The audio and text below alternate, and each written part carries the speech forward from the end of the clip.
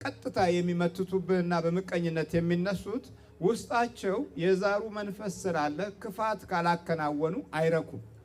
አንተ ላይ ካልመተቱ ጨርቅን ቆርጠው ወደ ጠንቋይ ካልወሰዱ አይረኩም። ለምንድነው የማይረኩት? መንፈሱ በእነሱ ህይወት ውስጥ ተንኮልን እንደ ግብር አድርጎ ስለሚይዝ ነው።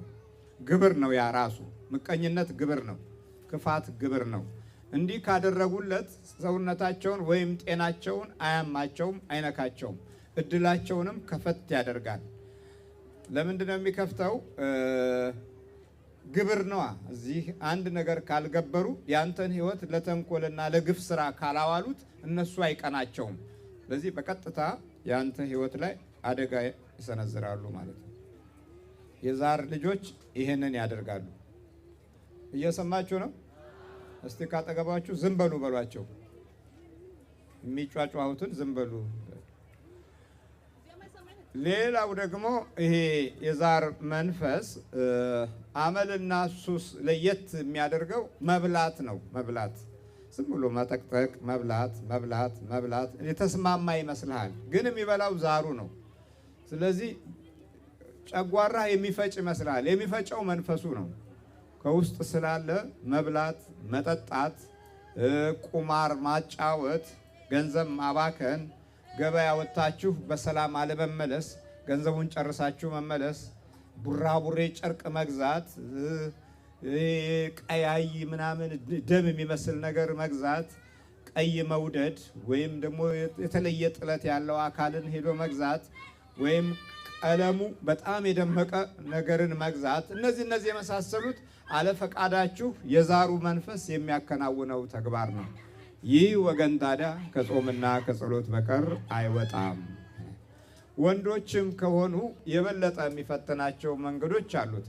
ደክመው ባዶ ማድረግ፣ ቀኝ እጃቸውን መያዝ፣ እንዳይሰሩ አይናቸውን መያዝ፣ መጋረድ፣ ወደፊት የሚሄዱበትን አኳኋንና አኗኗር ማጨላለም፣ እነዚህ የዛሮች ምልክቶች ናቸው። ስለዚህ በዚህ አይነት ሁኔታ ነው የተጎዳ ነው እና ይሄ የዛር መንፈስ ምስጢራዊ ጠባያዎቹ ደግሞ የማድፈጥ ችሎታው እጅግ በጣም የረቀቀ ነው። ምስጢራዊ ባህሪያቶቹ እጅግ በጣም የተራቀቀ ባህሪያቶች አሉት።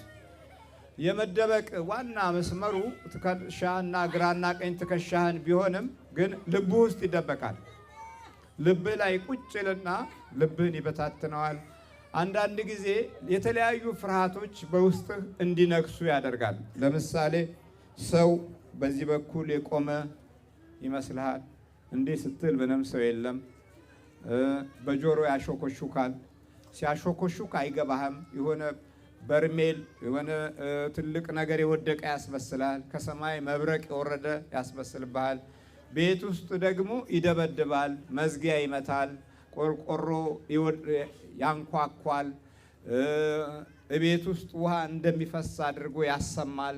ተነስተ ስትሄድ ሌባ ገባ ብለህ ስትወጣ ምንም ነገር የለም። ይሄ ዛሮች በቤቱና በቤተሰብ ውስጥ የመኖሩ ምልክቶች ናቸው። ሌላው ከዛር ክፉ ጠባይ ገንዘብ ብታስቀምጥ የተደበቀበት ቦታ ሁሉ ያውቀዋል፣ ይወስደዋል። ለሰላቢና ለሟርተኛ አሳልፎ ይሰጥብሃል። ውስጥህ ሆኖ ደግሞ ይሰርዛል። ሂሳብህን ከውስጥ ያጠፈዋል። ለምሳሌ 500፣ 800፣ 900፣ 2000፣ 4000 ገንዘብ አለኝ እንበል። ያ አለኝ የምትለው ገንዘብ በምን መንገድ እንደሚጠፋና በምን መንገድ እንደሚሄድ ሳታቀው ከዚህ ውስጥ ቡጥጥ ያደርገዋል። ከዚህ ከህሊና ውስጥ ያጠፋዋል። ከህሊና ከጠፋ በኋላ ይወስደውና አንጣ ላለው ሰው ይሰጣል። ለላከብህ ሰው አሳልፎ ይሰጣል። የዛር መንፈስ በጣም አደገኛው ደግሞ ረዳት ይፈልጋል። ቡዳ፣ ሰላቢ፣ ሟርተኛ፣ አስማተኛ፣ ክፉ ሰዎች ጋር ያገናኝሃል። አመለኞች ጋር፣ ሱሰኞች ጋር ያገናኝሃል። የሚገርም ነው።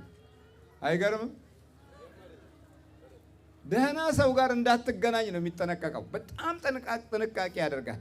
ከከሃዲው ጋር፣ ከተንኮለኛው ጋር፣ ከምቀኛው ጋር፣ ከወሬኛው ጋር ያገናኝሃል። ይሄ የመንፈስ አንድነት ነው። የመንፈስ አንድነት ማለት ከመንፈሱ ጋር የሚኖር ህብረት ነው።